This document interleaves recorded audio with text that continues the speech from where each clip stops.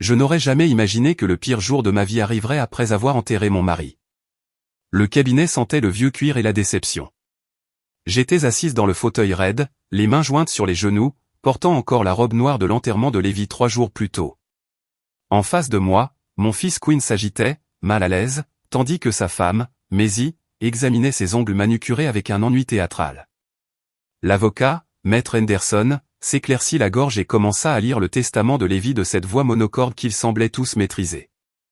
À ma femme bien-aimée, Mildred, je lègue la propriété du ranch sur Willow Creek Road. Avant qu'il ait pu terminer, Maisie laissa échapper un soupir exagéré qui transperça la pièce comme un couteau. « Oh, bon sang, dit-elle en levant les yeux au ciel. Débarrasse-toi de ce vieux taudis et viens vivre avec nous. Tu pourras aider avec les enfants et te rendre utile, pour une fois. » Ma poitrine se serra. Quinn ne dit rien, fixant simplement ses mains. C'était mon fils, celui que je berçais chaque nuit pour l'endormir quand il faisait des cauchemars, celui que j'avais soutenu après que son père ait licencié plusieurs emplois. Maintenant, il ne pouvait même plus me regarder. Monsieur Henderson a continué tranquillement, la résidence principale, les comptes d'investissement et les actifs restants doivent être divisés entre. Quelque chose qui mérite d'être évoqué, interrompit de nouveau Maisie en se redressant. Je les regardais discuter de ma vie comme si je n'étais pas là, la maison où j'avais vécu 37 ans, où j'avais élevé Quinn, où j'avais soigné Lévi jusqu'à sa dernière maladie. Tout se partageait entre des inconnus car c'est ce que Quinn était devenu pour moi, un inconnu portant le visage de mon fils. Une fois la lecture terminée, Maisie se leva et lissa sa jupe de créateur. « Eh bien, Mildred, dit-elle d'une voix faussement doucereuse, je suppose que c'est réglé. Sors de nos vies et va jouer à la fermière dans ce vieux ranch. Peut-être que l'isolement te donnera le temps de réfléchir à tous tes échecs maternels. » Ces mots m'ont frappé comme un coup dur. J'avais échoué en tant que mère. J'avais tout sacrifié pour Quinn, ma carrière, mes rêves, mon identité. J'avais travaillé la nuit au restaurant pendant qu'il dormait, j'avais économisé chaque centime pour ses études, j'avais célébré chaque petite victoire et pleuré chaque déception comme si c'était la mienne. Quinn a finalement levé les yeux, mais au lieu de me défendre, il a dit doucement, « C'est peut-être mieux ainsi, maman. Toi et Maisie ne vous êtes jamais vraiment entendus. » Ce n'était pas un désaccord sans importance, mais une campagne systématique visant à m'effacer de ma propre famille. Maisie avait empoisonné Quinn contre moi pendant des années, elle trouvait à redire à chaque cadeau que j'apportais, à chaque conseil que je donnais, à chaque once d'amour que je tentais de lui témoigner. « Je comprends », murmurai-je. Je pris mon sac et me redressai sur mes jambes chancelantes. Je vais préparer mes affaires. Le sourire de Maisie était triomphant. N'oublie pas d'emporter toutes ces vieilles photos et ces bibelots. On redécore de toute façon aux vieilles photos et bibelots. 40 ans de souvenirs réduits en désordre à ses yeux. Je suis sorti de ce bureau avec le sentiment d'avoir perdu non seulement mon mari, mais toute mon identité, la mère de Quinn, l'épouse de Lévi, la grand-mère qui espérait secrètement jouer un rôle plus important dans la vie de ses petits-enfants effacés aussi efficacement que la poussière d'une étagère. Le ranch se trouvait à 70 km de la ville, sur un chemin de terre qui n'avait pas été entretenu depuis des années. Tandis que je roulais chaoteusement dans ma vieille berline, je me demandais si c'était toujours ce que l'exil ressentait comme rouler vers le bout du monde tandis que tout ce qui m'était familier disparaissait dans mon rétroviseur. Je n'étais allé au ranch que quelques fois au fil des ans. Lévi l'avait hérité de son grand-père, mais n'avait jamais semblé intéressé à le restaurer ou à le vendre. Trop de travail, avait-il dit. Trop de souvenirs. Je n'ai jamais compris cette dernière partie. En arrivant devant la ferme délabrée au coucher du soleil, j'ai ressenti tout le poids de ma nouvelle réalité. Ce bâtiment délabré, à la peinture écaillée et au porche affaissé, était désormais mon foyer non par choix, mais par les cruelles mathématiques de la politique familiale, où l'amour pouvait être divisé comme une propriété. La clé se trouvait sous une planche mal fixée sur les marches du porche. À l'intérieur, la maison sentait le moisi et l'oubli. Des grains de poussière dansaient dans la lumière déclinante à travers les fenêtres sales. Les meubles étaient recouverts de draps blancs tels des fantômes, et chaque pas résonnait dans le vide. Assise lourdement dans ce qui avait été le salon, je me suis enfin autorisé à pleurer non pas les larmes silencieuses des funérailles, mais des sanglots profonds, arrachés par une profonde perte. Je ne pleurais plus seulement Lévi. Je pleurais l'illusion que la famille représentait plus que le confort et l'héritage. Entouré d'ombre et de silence, je me suis fait une promesse, je survivrai à tout cela. Je reconstruirai ma vie sur les cendres de ce que Maisie et Quinn m'avaient laissé. J'ignorais que les moyens d'y parvenir se cachaient dans les fondations mêmes du lieu où il m'avait exilé. La semaine suivante, je me suis lancé dans le ménage, en partie par nécessité, en partie pour me distraire du désespoir. Pièce après pièce, j'ai nettoyé des années de négligence. C'était thérapeutique, comme découvrir des fragments du passé de Lévi que j'ignorais. Dans sa chambre d'enfant, j'ai trouvé des pointes de flèches exposées dans une vitrine. Dans ce qui devait être le bureau de son grand-père, des étagères remplies de livres de géologie et d'échantillons de roches. Mais la plus grande surprise l'attendait dans le garde-manger, une boîte en métal cachée derrière une planche mal fixée. À l'intérieur, de vieilles lettres attachées avec une ficelle. Mes mains tremblaient en dénouant le ruban. Les lettres dataient des années 1940, écrites en espagnol par une certaine Elena. En dessous, des photos d'une belle jeune femme aux côtés d'un homme qui ressemblait au grand-père de Lévi. À la table de la cuisine, j'étudiais les photos, essayant de reconstituer l'histoire cachée. Les lettres d'Elena parlaient de droit minier et d'arpentage, mêlées à une passion amoureuse. Elle évoquait un secret et les richesses du sous-sol d'une manière qui me faisait battre le cœur. Mon beau-père avait-il travaillé dans l'exploitation minière? Pourquoi Lévi n'en avait-il jamais parlé? Ce soir-là, j'ai appelé Ruth Peton, qui vivait en ville depuis plus longtemps que quiconque et se souvenait de la famille de Lévi d'autrefois. « Oh, chérie, dit Ruth, je me demandais quand quelqu'un poserait des questions sur les concessions minières du vieux Samuel Morrison. » Mon cœur s'est arrêté. Des concessions minières? Samuel? C'était le grand-père de Lévi. Il était convaincu qu'il y avait du cuivre sur cette propriété, peut-être aussi de l'argent. Il a passé des années à déposer des concessions et à faire des relevés, mais la guerre est arrivée et il est parti se battre. En 3 mois, elle était enceinte. Le temps avait semblé incroyablement court. Mais Damon était si heureux, si épris, que j'avais mis mes inquiétudes de côté. Un amour de jeunesse, me disais-je. Parfois, ces choses arrivent vite.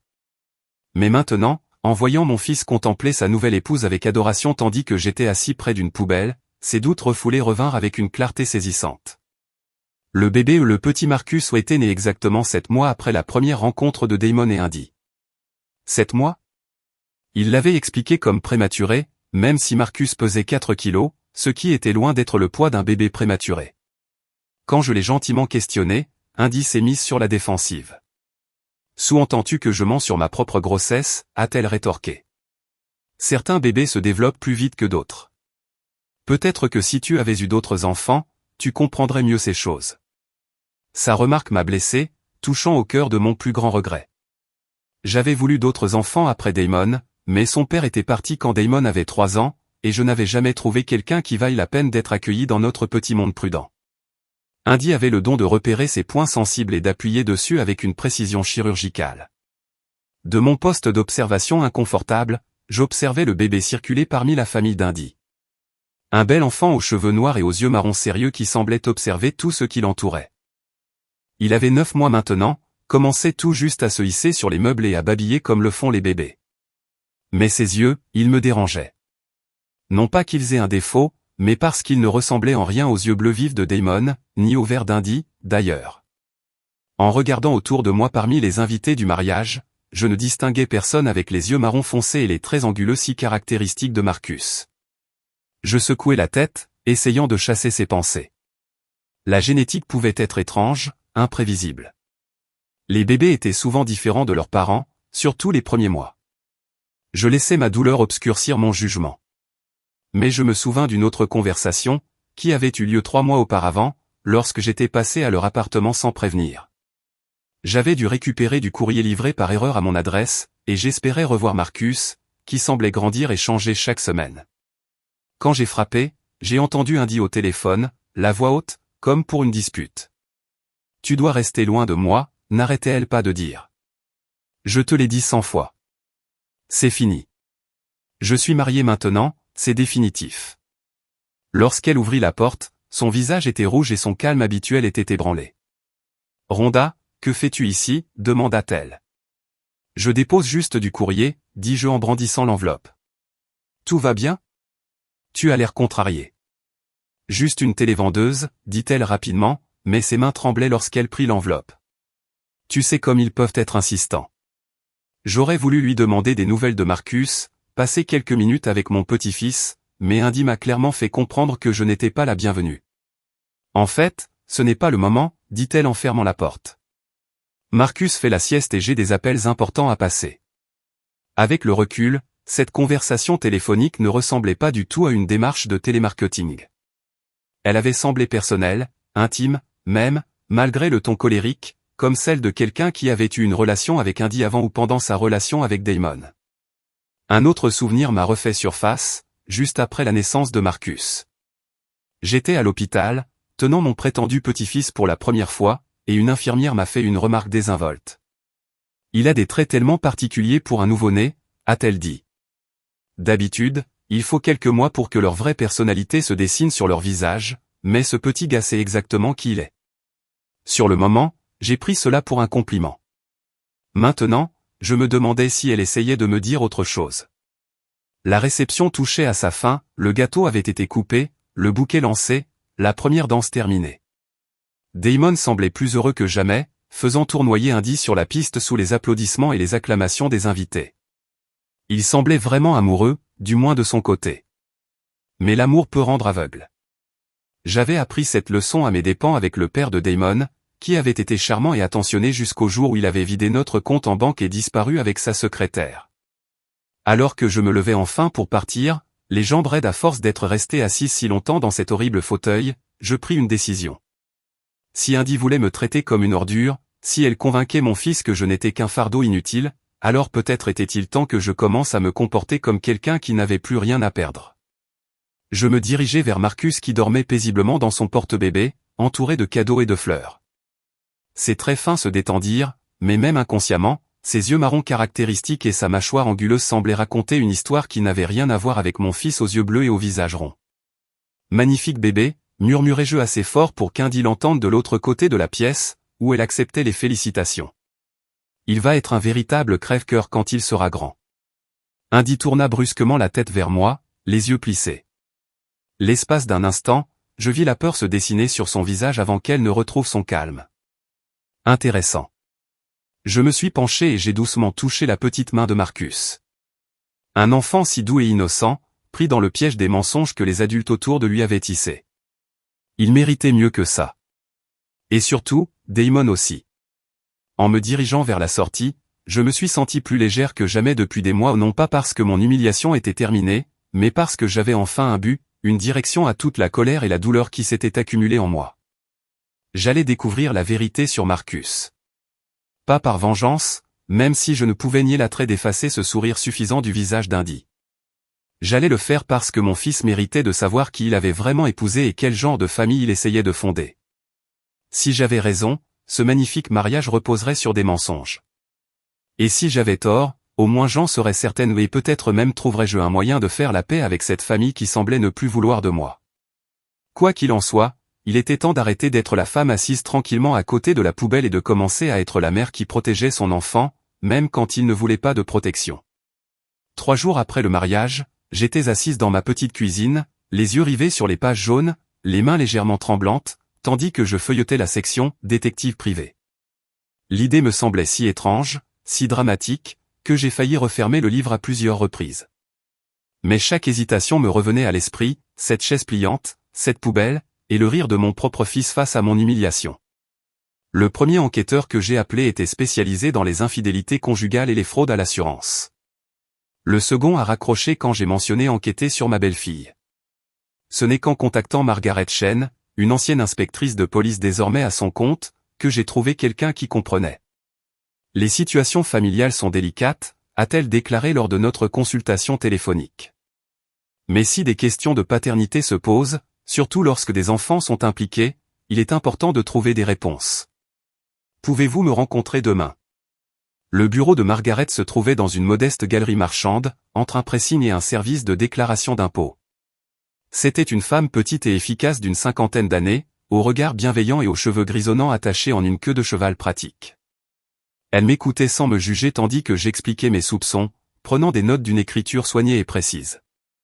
La chronologie est certainement discutable, a-t-elle convenu après que j'ai exposé tout ce dont je me souvenais, 7 mois entre la rencontre et la naissance, prétendant être prématuré mais avec un poids à terme, et vous avez dit que le bébé ne ressemble à aucun des 2 parents supposés.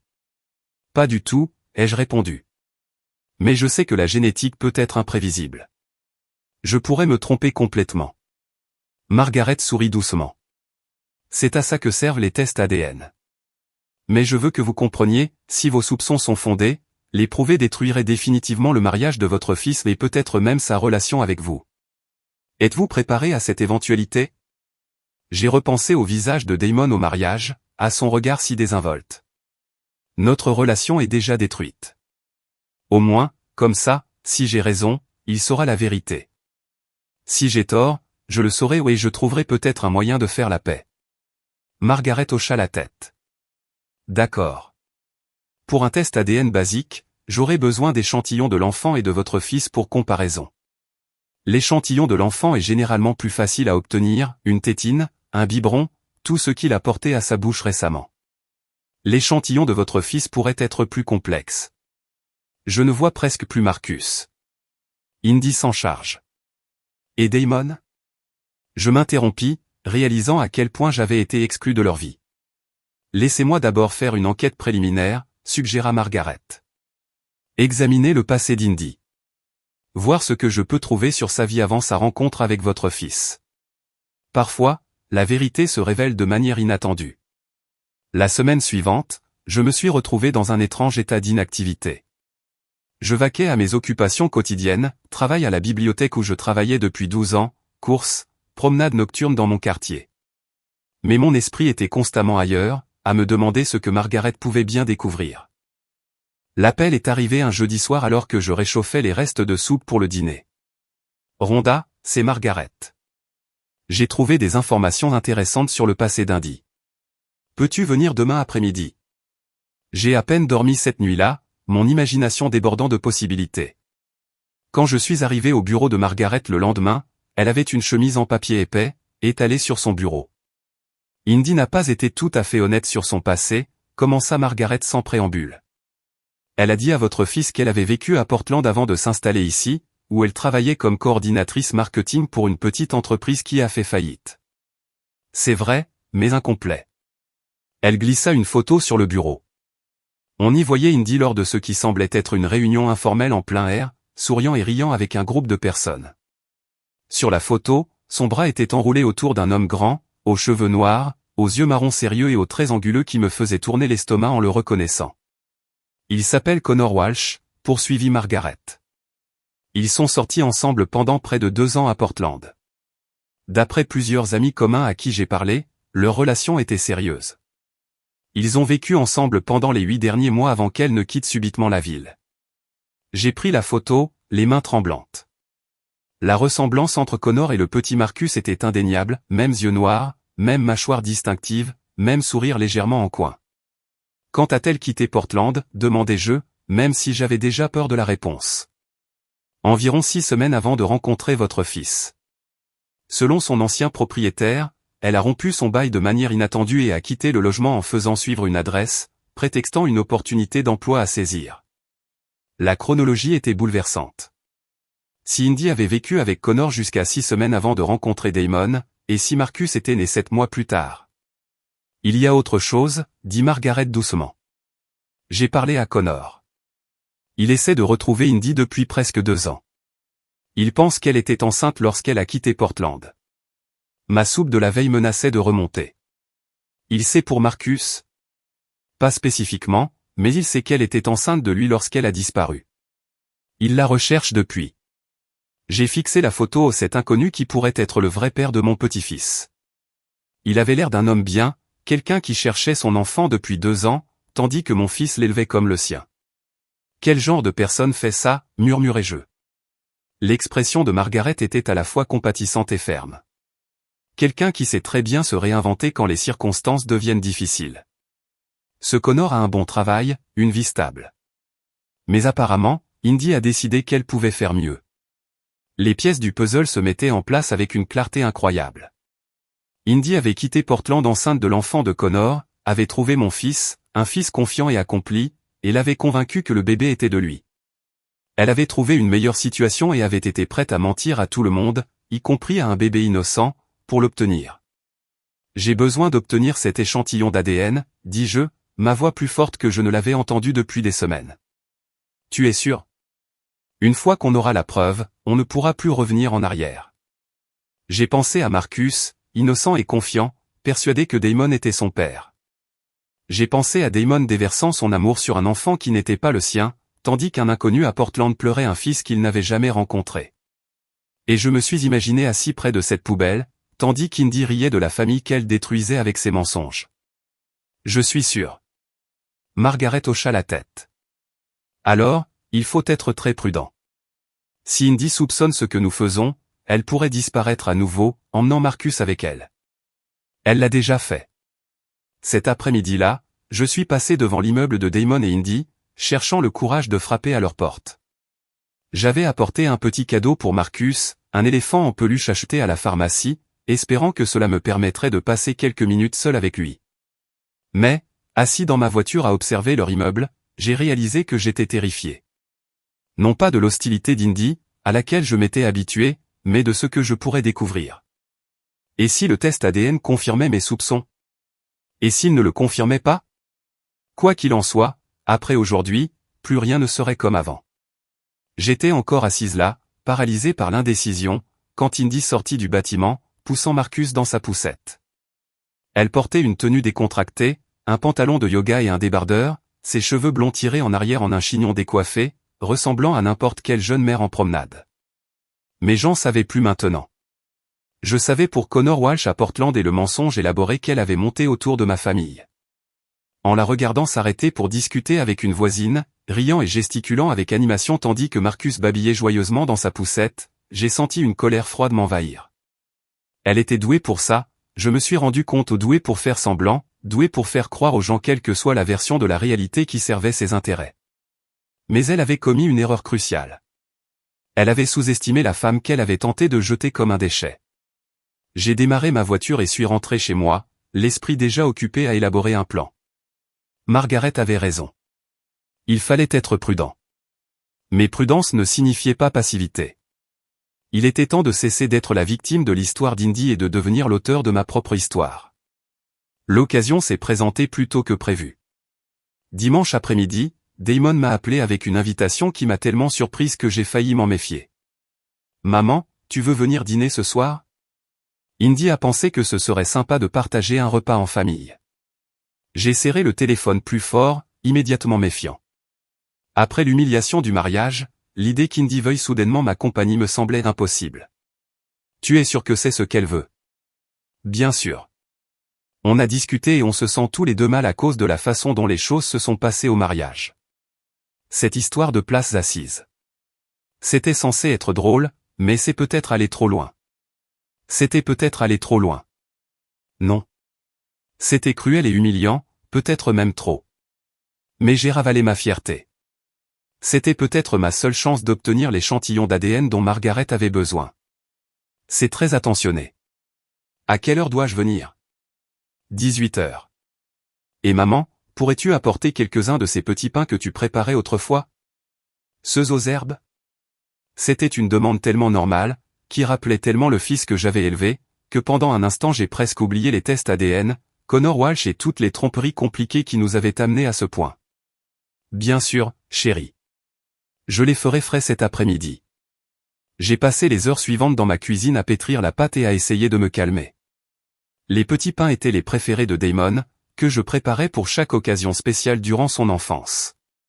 Il demandait de la patience, plusieurs levées, un timing précis, mais c'était toujours ma façon de lui témoigner mon amour quand les mots me semblaient insuffisants. Tandis que je façonnais la pâte en boule parfaite, je pensais à ce que Margaret m'avait dit de rechercher, tout objet que le bébé a mis dans sa bouche récemment, une tétine, un jouet, voire une cuillère s'il mange des aliments solides. Il suffisait de le glisser dans un sac plastique, à l'abri des regards. Cela paraissait si simple, si clinique, mais la réalité d'avoir trompé ma propre famille, même une famille qui m'avait trompé en premier, me retournait l'estomac de culpabilité. À 6 heures précises, je me tenais devant la porte de l'appartement de Damon, tenant un panier de petits pains chauds et essayant de projeter l'image de la belle-mère reconnaissante, heureuse d'être incluse. Quand Indy a ouvert la porte, son sourire semblait assez sincère, même si j'ai remarqué qu'il n'atteignait pas tout à fait ses yeux. Rhonda, entre. Entre. Il y a une odeur incroyable. L'appartement était impeccable, comme toujours, décoré dans des tons blancs et gris qui semblaient luxueux mais laissaient une impression de froideur. Marcus était assis dans sa chaise haute dans la cuisine, tapant une cuillère en plastique bleu sur le plateau pendant qu'Indy finissait de préparer ce qui semblait être un repas élaboré. « Puis-je vous aider ?» demandai-je en posant mon panier sur le comptoir. « Occupe-toi de Marcus pendant que je prépare tout. » Il a été agité tout l'après-midi. Je m'approchai prudemment de mon prétendu petit-fils, encore étonné de son absence de ressemblance avec Damon ou Indy. De près, la ressemblance avec Connor Walsh était encore plus marquée. Marcus leva vers moi ses yeux marrons sérieux et m'adressa un sourire baveux qui me serra le cœur. « Salut, mon chéri », dis-je doucement en tendant la main pour toucher sa petite main. Il saisit immédiatement mon doigt, sa prise étant étonnamment forte pour un bébé de 9 mois. « Il t'aime bien », dit Damon en apparaissant dans l'embrasure de la porte de la cuisine. « Regarde ce sourire. » L'espace d'un instant, en voyant mon fils rayonner de ce qu'il croyait être l'affection de son enfant pour sa mère, j'ai failli perdre mon sang-froid. Comment pouvais-je détruire cette belle illusion? Même si elle reposait sur des mensonges, Damon était sincèrement heureux. Marcus était aimé et chéri. La vérité valait-elle la peine de briser tout cela? Mais ensuite, je me suis souvenu de Connor Walsh, quelque part à Portland, ignorant si son enfant était vivant ou mort. J'ai pensé à Damon construisant sa vie autour d'un mensonge qui pouvait exploser à tout moment. Et j'ai pensé à moi-même, traité comme un déchet parce que j'étais la seule menace pour la fiction soigneusement construite d'Indy. La vérité comptait. Elle a toujours compté. Le dîner fut étonnamment agréable. Indy semblait faire un réel effort pour m'inclure dans la conversation, me posant des questions sur mon travail à la bibliothèque et me complimentant même sur mes petits pains. Damon était détendu et heureux, racontant des anecdotes sur leur lune de miel et préparant la fête du premier anniversaire de Marcus. « On pense le faire au parc », dit Indy en lui donnant une cuillerée de purée de carottes. Un pique-nique sur le thème, peut-être familial. Ça a l'air délicieux, répondis-je en regardant Marcus saisir la cuillère et la mettre aussitôt dans sa bouche, la recouvrant de carottes et de salive. Parfait. Je peux l'aider à se nourrir, ai-je demandé. Ça fait tellement longtemps que je n'ai pas eu de moment avec mon bébé. Indy hésita un instant, puis me tendit la cuillère. Bien sûr. Il commence à bien manger. Parfois, il a envie de le faire lui-même. Pendant les 10 minutes qui ont suivi, j'ai nourri Marcus tout en discutant avec Damon du travail et de mes projets de week-end. Le bébé était délicieusement salissant, mettant de la nourriture partout, y compris sur la cuillère. Lorsqu'il a fini par perdre tout intérêt et a commencé à repousser la nourriture, je me suis levé pour rincer la cuillère dans l'évier. « Laisse-moi prendre ça », dit Indy en tendant la main vers lui. « C'est bon, je l'ai », répondis-je en me tournant déjà vers l'évier. D'un geste fluide, j'ai rincé la cuillère et l'ai glissée dans le sac plastique que j'avais caché dans mon sac à main, la remplaçant par une cuillère propre de l'égouttoir. L'échange a pris moins de 30 secondes. Le reste de la soirée s'est déroulé dans un flou de normalité forcée. Nous avons regardé des photos de notre lune de miel, discuté de nos projets de vacances, et je tenais Marcus contre mon épaule tandis qu'il somnolait. Pendant tout ce temps, je ressentais le poids de ce sac plastique dans mon sac à main, contenant peut-être la clé de la destruction. Quand je suis finalement parti, Indy m'a accompagné jusqu'à la porte pendant que Damon nettoyait la cuisine. « Merci d'être venu ce soir », dit-elle. Et pendant un instant, sa voix semblait presque sincère, « Je sais que les choses ont été difficiles entre nous, mais nous sommes une famille maintenant, et je veux que Marcus entretienne une relation avec sa grand-mère. » Sa grand-mère. Ces mots me frappèrent comme un coup de poing, mais je réussis à garder une expression neutre. Je veux ça aussi. Elle a longuement scruté mon visage, et j'ai craint qu'elle ne puisse me percer à jour, qu'elle ne perçoive mon mensonge. Mais elle a de nouveau souri et m'a serré dans ses bras avec gêne. Conduisez prudemment. Et merci encore pour les rouleaux. Damon en parle depuis des semaines. Le lendemain matin, j'ai retrouvé Margaret dans un laboratoire de l'autre côté de la ville. La technicienne, une femme souriante nommée Lisa, m'a expliqué le processus pendant que j'essayais de ne pas penser à ce que je faisais. ChatGPT a dit. Et demain, je commencerai à faire des choix en fonction de mes envies, et non de ce que les autres attendaient de moi. Pour la première fois de ma vie d'adulte, j'allais découvrir ce que cela signifiait. Le contrat a été signé un jeudi. J'étais allé en ville pour rencontrer une avocate que j'avais trouvée par l'intermédiaire du barreau de l'État ou une femme brillante, Patricia Wells, spécialisée en droit minier. Elle avait examiné chaque ligne du contrat avec Southwestern Mining avec un souci du détail qui m'a fait plaisir d'avoir attendu. C'est une excellente affaire, Madame Morrison, avait déclaré Patricia en faisant glisser les documents finaux sur son bureau en acajou. En 30 ans de pratique, j'ai rarement vu des conditions aussi avantageuses pour un propriétaire. Lorsque j'ai signé au bas de la dernière page, j'ai senti quelque chose bouger en moi, comme les goupilles qui se mettent en place dans une serrure bloquée depuis des décennies. La femme qui avait été écartée de l'avenir de sa propre famille valait désormais plus que tous réunis. Le premier versement arriverait dans les 2 semaines, 4 millions de dollars déposés directement sur un compte que j'avais ouvert spécialement à cet effet. J'avais également fait en sorte que les redevances trimestrielles soient versées sur un compte d'investissement séparé. Patricia m'avait recommandé un conseiller financier spécialisé dans les fortunes soudaines. Mais l'argent, aussi bouleversant fût-il, n'était pas ce qui me comblait de satisfaction en rentrant au ranch. C'était la conscience que Quinn et Maisie avaient orchestré leur propre chute par pure cupidité et cruauté. Cette satisfaction s'est renforcée en rentrant chez moi et en trouvant 17 appels manqués sur mon téléphone. Les premiers messages vocaux provenaient de Quinn, sa voix de plus en plus désespérée. « Maman, s'il te plaît, rappelle-moi. Il s'est passé quelque chose à la maison. Il faut vraiment qu'on se parle. » Puis la voix de Maisie est arrivée, toute trace de sa condescendance habituelle ayant laissé place à la panique. « Mildred, je ne sais pas à quel jeu tu joues, mais tu dois nous appeler immédiatement. C'est une question de famille. » J'étais de nouveau en famille. Je me suis servi un verre de vin et me suis installé dans la cuisine avant de rappeler Quinn. Il a répondu avant la fin de la première sonnerie. « Maman, Dieu merci. Où étais-tu ? » « Je m'occupais de mes affaires, dis-je calmement. »« Quel est le problème ? » ?»« Le problème ? » Sa voix se brisa. « Maman, on a reçu un avis du comté. Ils disent que papa n'a jamais transféré correctement les droits miniers sur la maison lorsqu'il l'a achetée à la succession de son grand-père. Ils disent que ces droits pourraient encore appartenir au ranch. » J'ai pris une longue gorgée de vin, savourant l'instant. « Vraiment ? Maman, c'est grave. S'ils ont raison, cela pourrait affecter la valeur de notre propriété. La banque pose des questions sur notre prêt. On pourrait devoir le refinancer à un taux beaucoup plus élevé. Bien sûr. La maison que Quinn et Maisie avaient tant voulu revendiquer était construite sur une petite partie du ranch d'origine. Lorsque le grand-père de Lévi a divisé le terrain dans les années 1960, vendant le terrain où se trouvait aujourd'hui la maison principale, les droits miniers étaient restés la propriété du ranch. C'était une pratique courante à l'époque et parfaitement légale. J'ai découvert ce détail en consultant les relevés géologiques de la compagnie minière. Ils avaient effectué des recherches très approfondies sur les limites de la propriété et la propriété des droits miniers. L'ironie était saisissante, Quinn et Maisie possédaient la maison, mais je possédais tout ce qui avait de la valeur en dessous. « Avez-vous parlé à un avocat ?» ai-je demandé, même si je connaissais déjà la réponse. « C'est ce qu'on essaie de faire. Mais les avocats coûtent cher, maman. Vraiment cher. Et avec les problèmes de refinancement. Combien ça coûte ? La consultation initiale à elle seule a coûté 5 000 $. Une étude complète des droits de propriété pourrait coûter 30 ou 40 000 $, une somme que nous n'avons pas actuellement.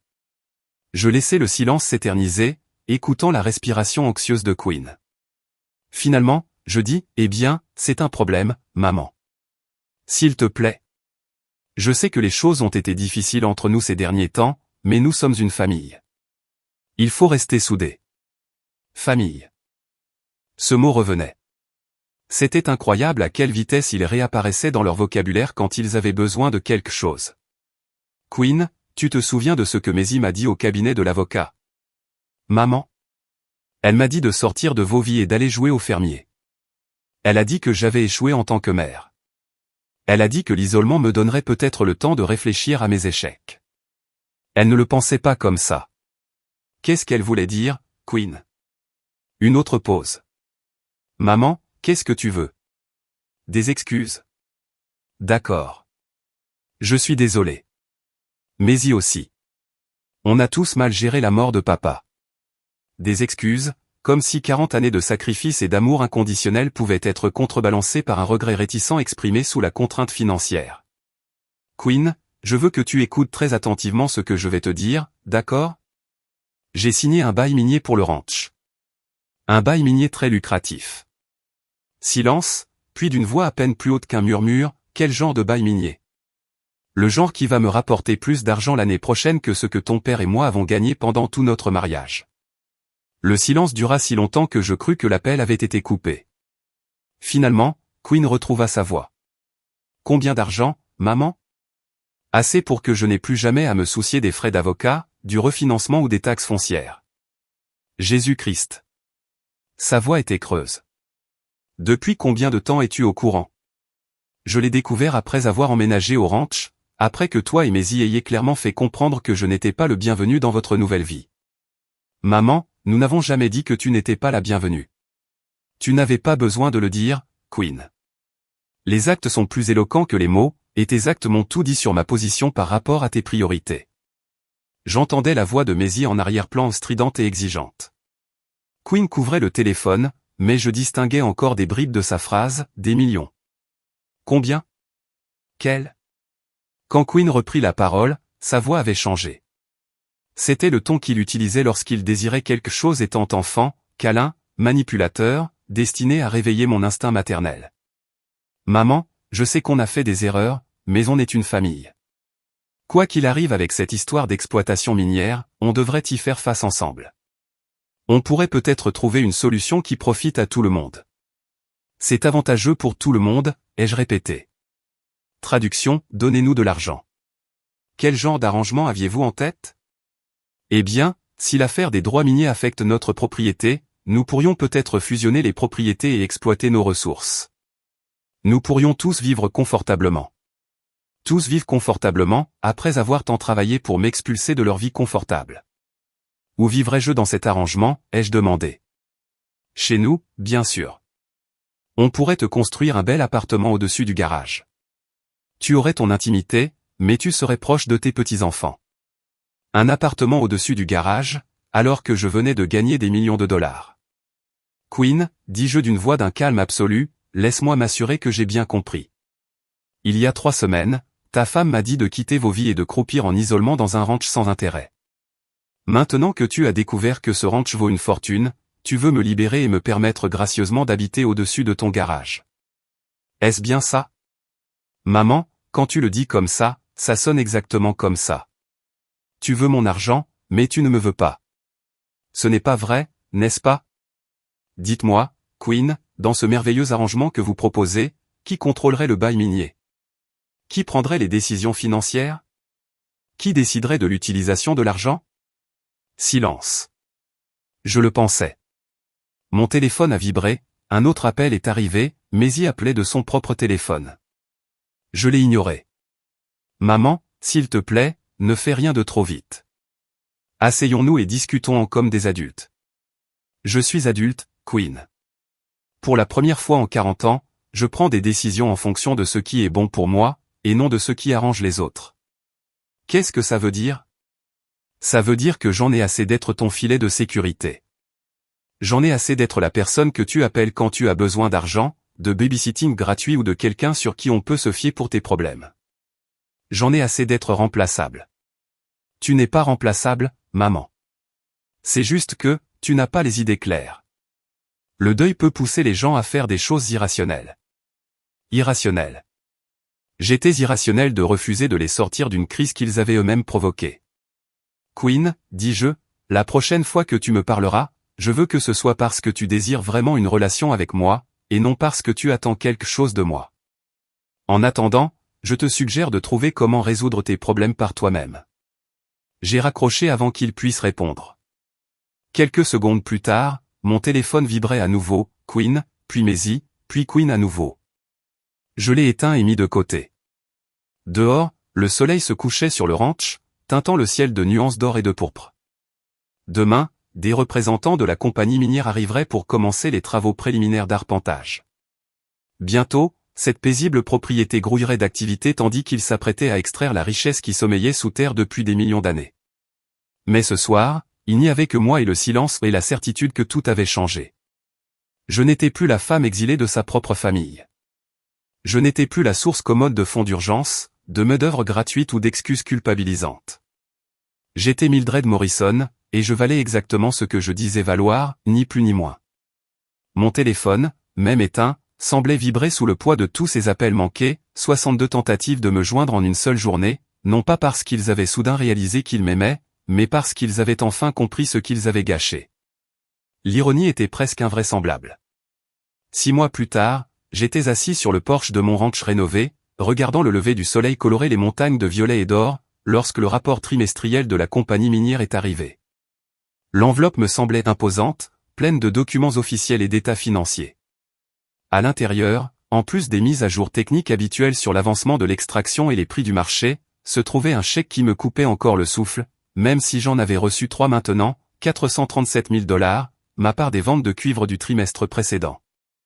J'ai mis l'addition de côté et pris mon café, savourant ce rituel devenu précieux pour moi. Chaque matin, je m'asseyais sur cette véranda et regardais le monde s'éveiller autour de moi. Certains jours, j'apercevais des cerfs brouter au loin. D'autres jours, je regardais les équipes minières arriver pour leur quart, respectueuses et efficaces dans leur travail à l'autre bout de la propriété. Le téléphone à côté de moi a sonné une fois, puis s'est arrêté. Quelqu'un a laissé un message. Je ne me suis plus précipité pour le consulter.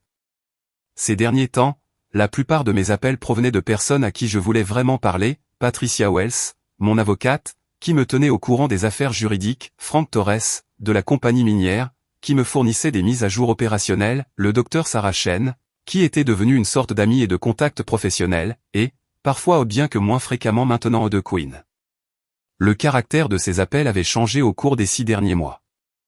Les supplications désespérées avaient peu à peu laissé place à des tentatives maladroites de conversation normale. La semaine précédente, il m'avait appelé pour m'annoncer que sa plus jeune fille avait perdu sa première dent. La semaine précédente, il m'avait demandé ma recette de rôti braisé.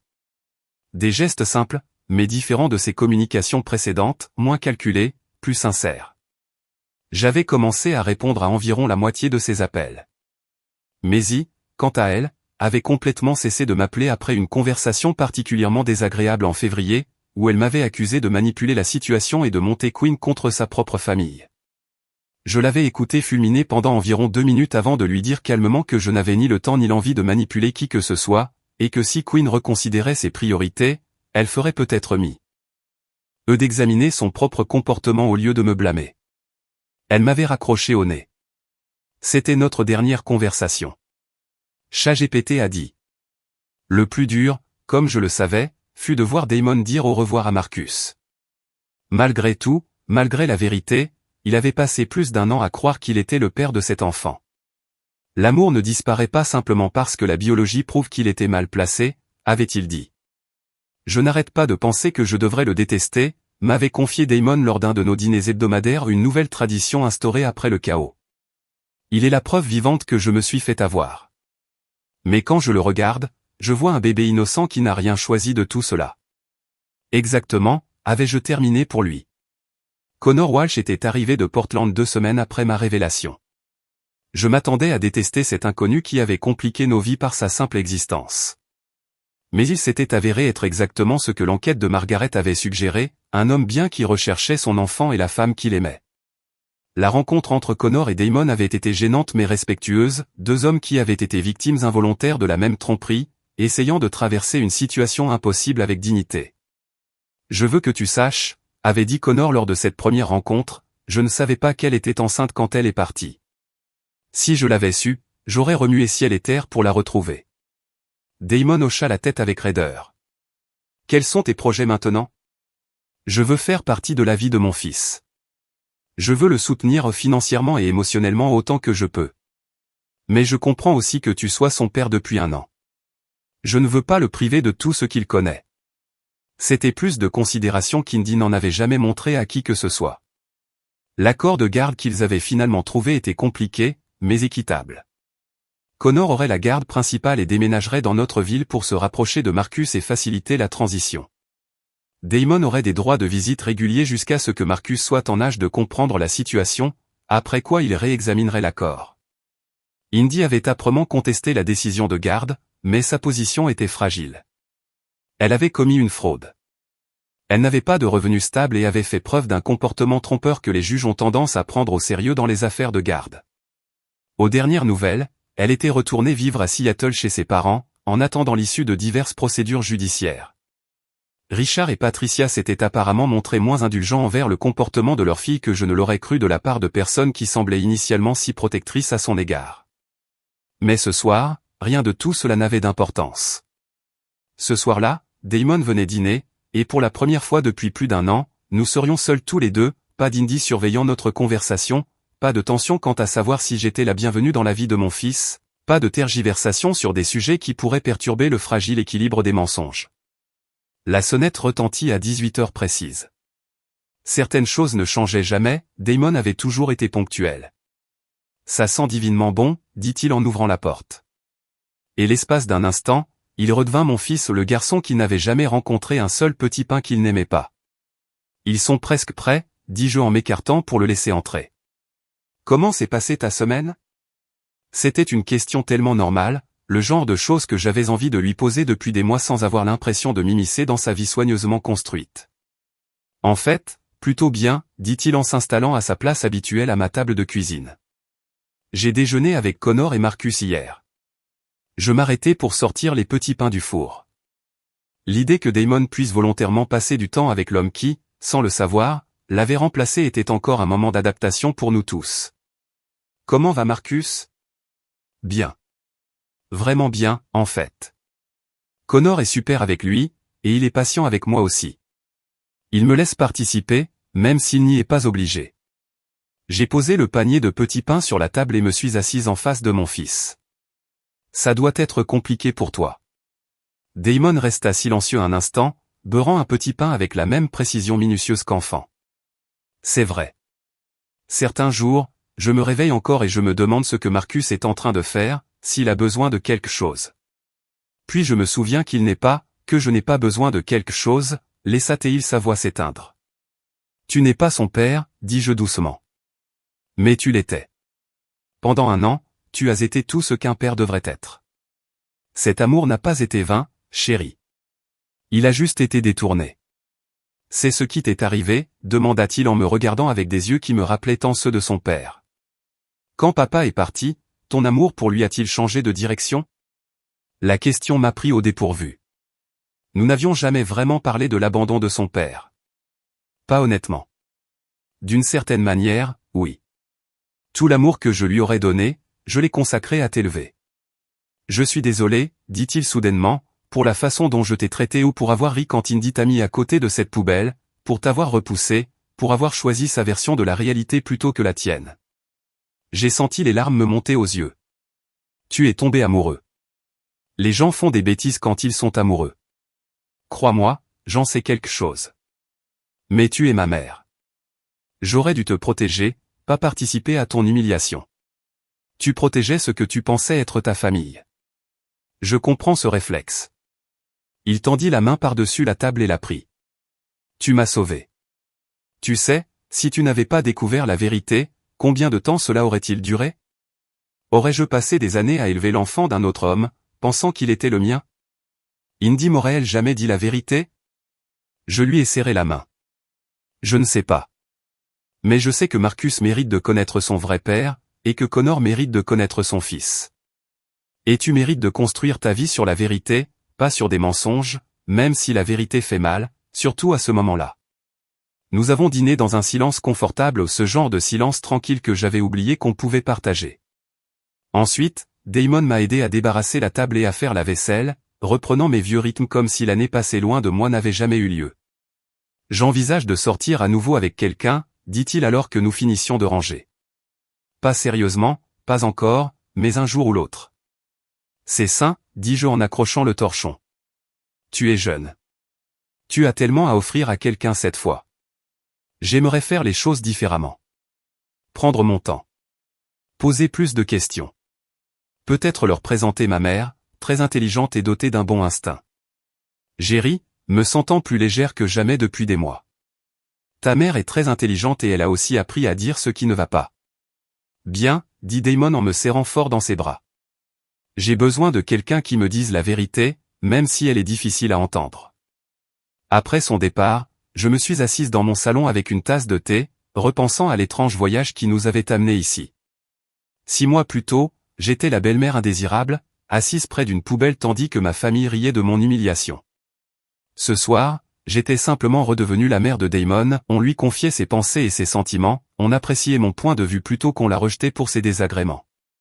La vérité avait été dévastatrice à court terme, des mariages brisés, des familles déchirées, un bébé innocent pris au piège des tromperies des adultes. Mais elle avait aussi été libératrice, fini de marcher sur des œufs, fini de prétendre que la cruauté était de l'humour, fini d'accepter des traitements qui diminuaient ma valeur en tant qu'être humain.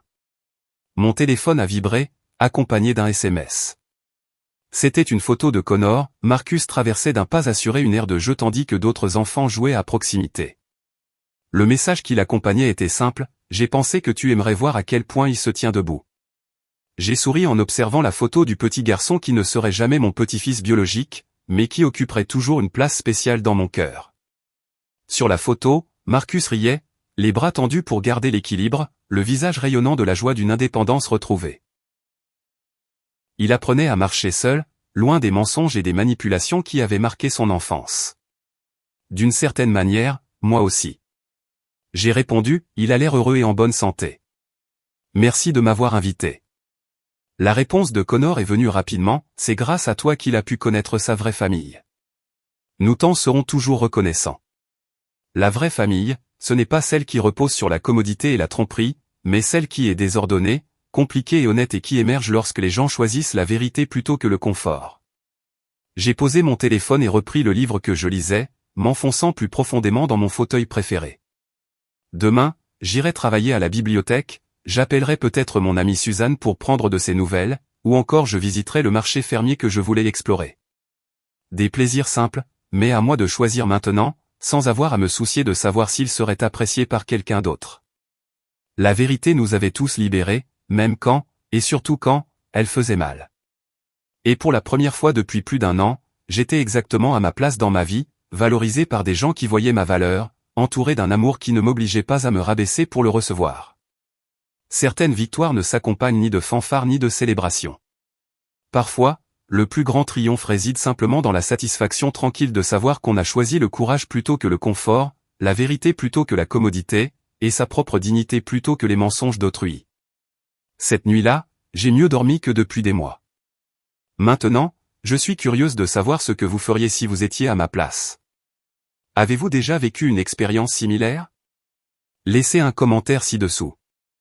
En attendant, je vous laisse découvrir 2 autres histoires qui sont parmi les préférées de la chaîne et qui vous surprendront certainement.